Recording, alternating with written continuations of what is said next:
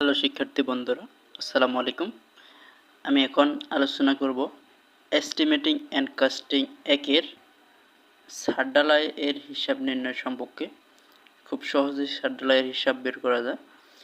তো এখানে দেখতেছেন এটি একটি ছাদ, এর 30 ফিট 20 ফিট দেওয়া আছে, অর্থাৎ দৈর্ঘ্য প্রস্থ আর হচ্ছে পুরুত্ব দেওয়া আছে হচ্ছে 5 ইঞ্চি। এটা আমরা সিএফটি বের করব।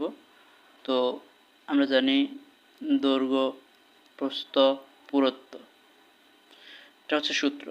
এখন দৈর্ঘ্য দেওয়া আছে হচ্ছে 30, আমরা এখানে 30 লিখলাম।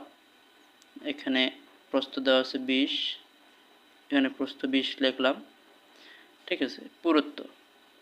পুরুত্ব দেওয়া আছে 5 ইঞ্চি, এই 5 ইঞ্চি লিখলাম। এখন প্রশ্ন হচ্ছে নিচে 12 লিখলাম কেন? নিচে 12 লেখার কারণ হচ্ছে এখানে ইঞ্চি থেকে, এগুলো যেহেতু ফিটে আছে, অর্থাৎ ইঞ্চি থেকে ফিটে পরিণত করব, অর্থাৎ এই যে 12 ইঞ্চি দিয়ে 5 ইঞ্চি দিয়ে ভাগ দিলাম। ঠিক আছে। 30 দৈর্ঘ্য, প্রস্থ 20, এখানে এটা ভাগ দেওয়ার পরে 12 দিয়ে ভাগ দেওয়ার পরে এটা পেলাম। এটা পাওয়ার পরে 30 20 0.416, এটা ইঞ্চিতে পরিণত করলে, অর্থাৎ ফিটে পরিণত করলে এত বের হয়। ঠিক আছে।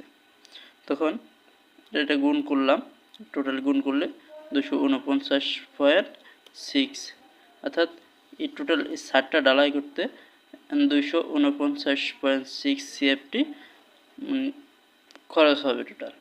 আশা করি বুঝতেই পারছেন।